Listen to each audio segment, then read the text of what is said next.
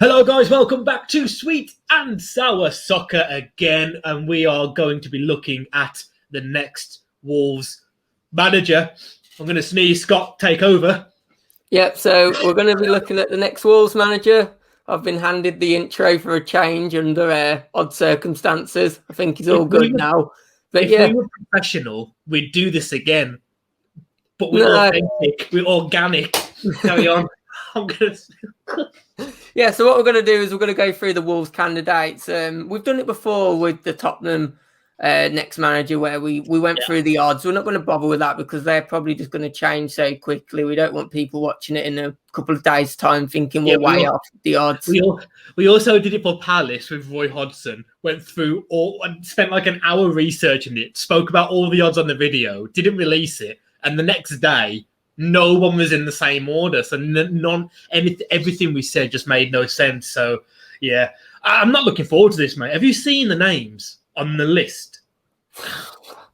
I mean, we spoke about this a touch on the video that we brought out with the Wolves pack. Please, so guys, go watch that if you've not done so already. But yeah, do you reckon the bookmakers actually know, or have they just gone for Portuguese managers? Do you reckon there's are these serious links? I mean, Mate, Bruno Lage, or however you pronounce it, he's currently odds on at the moment. Hopefully that goes a bit further out. Yeah. To answer your question, do you think the bookmakers know what's going on? João Moutinho is at a better price than Gareth Southgate. Patrick Vieira is on this list. Neil Lennon, come on. We've got to be Zinedine Zidane's at 40-1. I mean, I can't see him stepping away from Real Madrid where he said he's happy and then ended up at Wolves. But yeah, he's basically swapping Madrid for Pendiford. Come on, Jesus.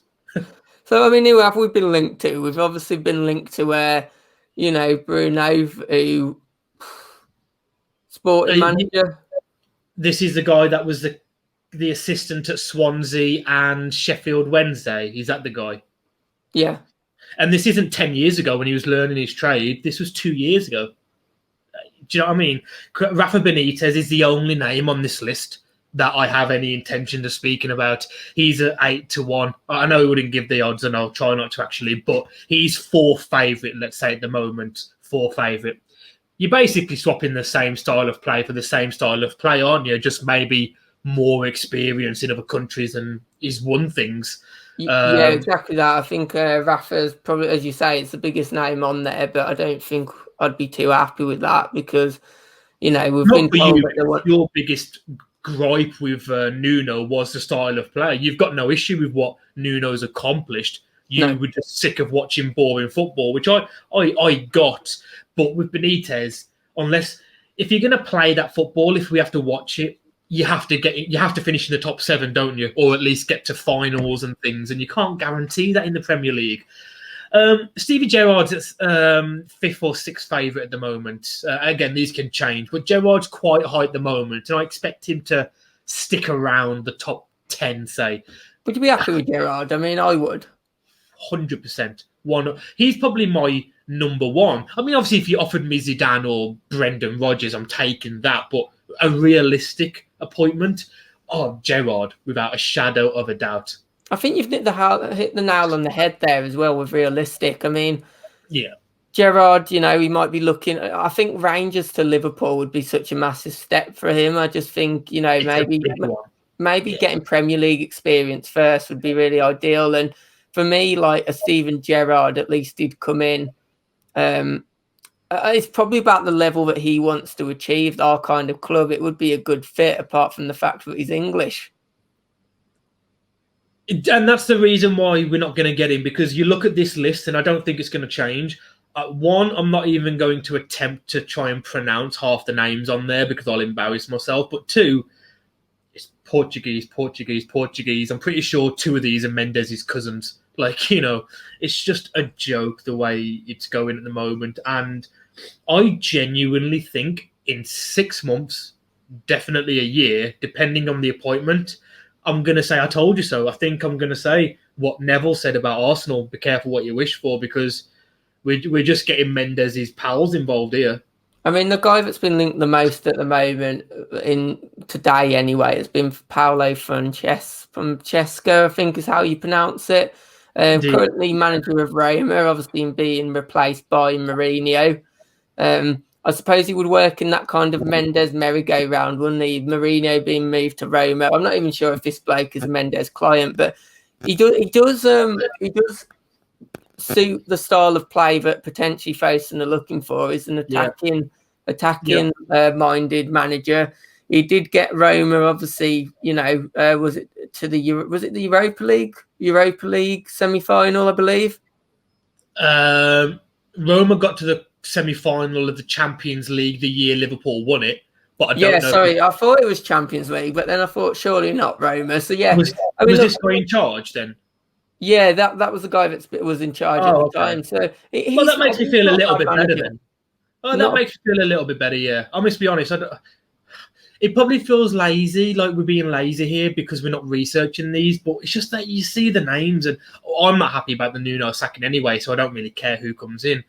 There was one name we spoke about. I don't know how to pronounce it. Consejo. I'm going to go for something like that. He's been heavily linked with the Napoli job, so it looks like he's probably not going to be available for us. But yeah, Frank Lampard's on there, and he's quite high. Talk about Frank Lampard. Look, if Frank Lampard ends up managing this club, I will do a personal message to Nuno on this channel and say I'm sorry. I got it wrong. Yeah. I'll say I'm sorry to anyone that basically was having a go at me for not being happy with Nuno this season. If Frank Lampard ends up in charge, if he gets this job, I'll fly 7,000 miles just to egg your house and then fly home. Because at the moment, I hold you, Scott Lavender, solely responsible for Nuno's exit. It's on it. You like when I said in the group the other day, I wasn't joking around. It wasn't in jest. You've got blood on your hands, mate. Here we go. You got blood on your hands. Well, look. If Frank Lampard takes over, I'll probably boo him from the first game because I don't want that muppet. I don't want this guy that failed at Chelsea, but then also bottled a playoff final to be the successor to Nuno. That would be the biggest downgrade. I was going to compare it to something else, but there's nothing you can compare it to. It'd be an absolute disgrace. No. There is one person that he absolutely cannot be compared to. He's a living legend. If I had a wife, I'd let him do things with her if he wanted to. We're going to leave it till last, and he's part of a duo who's also on this list. Mick McCarthy is, at this point in time, 100-1, and so is Terry Connor. I mean, what an insult to Mick McCarthy, firstly, but he's the same odds as Terry. Terry Connor is... I mean, what makes this funnier is that Fosun probably have no idea who Terry Connor is.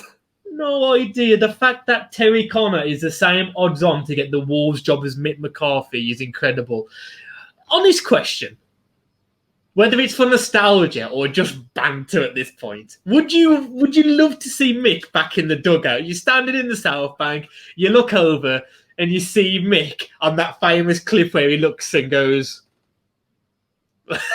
You know what would be even funnier than Mick being in charge? If Terry Connor was in charge and then Mick was his number 2.